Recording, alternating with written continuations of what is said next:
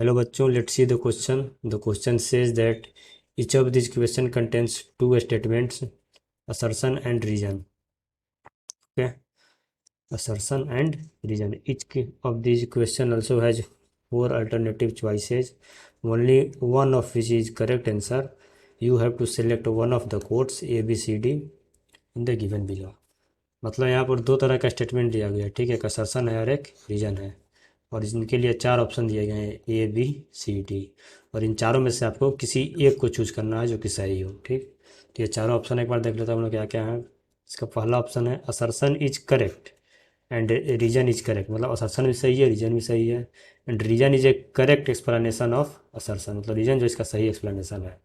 दूसरा ऑप्शन क्या है, assertion is correct, reason is correct and reason is not a correct explanation of assertion, मतलब assertion और reason दोनों सही है लेकिन reason जो उसका correct explanation नहीं है। ऑप्शन सी क्या कह रहा है, assertion is correct, reason is incorrect, मतलब assertion सही है और reason गलत है। ऑप्शन डी क्या कह रहा है, assertion is incorrect and reason is correct, मतलब assertion गलत है और reason सही है, ठीक। तो यहाँ पर हम लोग स्टेटमेंट पढ़ते हैं। स्टेटमेंट में क्या है, assertion, a current flows in a conductor only when there is an electric field within the conductor। Okay, मतलब ये कह कि एक कंडक्टर से करंट तभी फ्लो होता है जब उसके पास इलेक्ट्रिक फील्ड होता है, ठीक, उसके अंदर में। और दूसरा स्टेटमेंट क्या है, drift velocity of electron in presence of electric field decreases, मतलब जो इलेक्ट्रिक फील्ड के प्रेजेंस में जो ड्रिफ्ट वेलोसिटी होता है इलेक्ट्रॉन का वो डिक्रीज हो जाता है। तो इन दोनों को देखेंगे हम लोग। इससे पहले यहाँ पर हम की कंसेप्ट देख लेंगे क्या यूज हो रहा है, ठीक है। की कंसेप्ट, यहाँ पर जो की कंसेप्ट यूज होगा वो होगा आपका ड्रिफ्ट। यहाँ पर फर्स्ट वाला स्टेटमेंट को देखते हैं, एक current flows through a conductor only when there is an electric field within the conductor. अगर कोई कंडक्टर है, ठीक, यहाँ से यहाँ तक है वो कंडक्टर है, और इसमें निगेटिव चार्ज भी है, पॉजिटिव चार्ज भी, निगेटिव है, पॉजिटिव है, निगेटिव है, पॉजिटिव, हर तरह का चार्ज डिस्ट्रीब्यूशन है, ठीक। निगेटिव चार्ज है और रैंडमली डिस्ट्रीब्यूट कर रहा है, ठीक। जब तक इसको हम लोग किसी एक्सटर्नल सोर्स से कनेक्ट नहीं करेंगे, सपोज कि यहाँ पर एक स्विच लगाएं, ठीक, क्या इससे करंट फ्लो होगा? नहीं होगा। क्यों नहीं होगा? क्योंकि इसके दोनों इन पर जब तक कोई पुलिंग या पुशिंग फोर्स जनरेट नहीं होगा, इसमें से चार्ज का मूवमेंट कौन कराएगा? बिना किसी फोर्स का तो मूवमेंट होगा नहीं, तो उसके लिए हम लोग को सर्किट क्लोज करना पड़ेगा।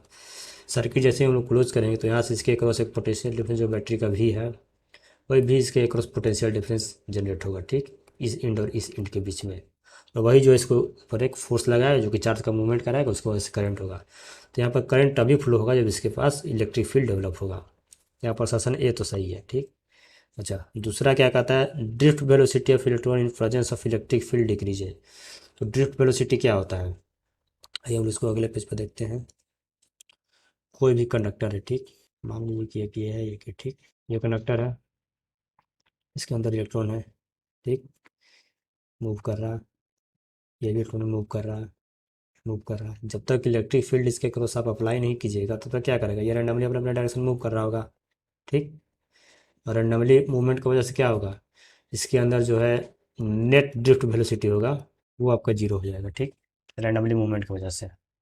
अच्छा, दूसरा चीज़ क्या होगा इसमें कि जैसे ही आप इसके ऊपर अगर इलेक्ट्रिक फील्ड अप्लाई करते हैं, ठीक, इलेक्ट्रिक फील्ड अप्लाई कर दिए, तो इलेक्ट्रिक फील्ड की वजह से क्या होगा कि ये जो इलेक्ट्रॉन है ये इसके निगेटिव इंड से वायर के पॉजिटिव इंड की तरफ धीरे धीरे ड्रिफ्ट करना शुरू करेंगे।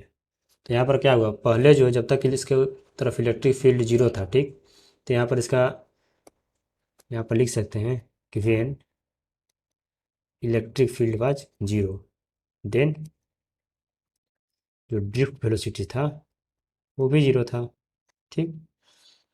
और जैसे ही यहाँ पर हम लोग अगर इलेक्ट्रिक फील्ड हम लोग चेंज किए, वेन इलेक्ट्रिक फील्ड जैसे ही हम लोग चेंज किए, यहाँ पर क्या हो गया, ड्रिफ्ट वेलोसिटी धीरे धीरे इलेक्ट्रॉन ड्रिफ्ट करना शुरू हुआ, तो ये भी एक तरह से बोले तो ग्रेटर देन जीरो हो गया, ठीक। तो यहाँ पर क्या हुआ, जो ड्रिफ्ट वेलोसिटी है इसके अगर किनारे में अगर इलेक्ट्रिक फील्ड अगर डेवलप करते हैं तो उससे क्या होता है, ड्रिफ्ट वेलोसिटी बढ़ता है ना कि घटता है। तो यहाँ पर जो हम लोग का जो स्टेटमेंट है, हम लोग क्या हुआ, दूसरा स्टेटमेंट फॉल्स हो गया। क्या, पहला स्टेटमेंट क्या था, क्योंकि जो करंट जो है वो फ्लो होता है तभी जब इलेक्ट्रिक फील्ड डेवलप होता है। यहाँ पर हम लोग देख लेते हैं कि इलेक्ट्रिक फील्ड डेवलप नहीं होगा तब तक कोई फोर्स नहीं लगेगा, फोर्स नहीं लगेगा तो फिर यहाँ पर मूवमेंट नहीं होगा, तो करंट फ्लो नहीं होगा। तो करंट फ्लोइंग के लिए इलेक्ट्रिक फील्ड जरूरी है। दूसरा जो है drift velocity of electron in presence of electric field decrease है।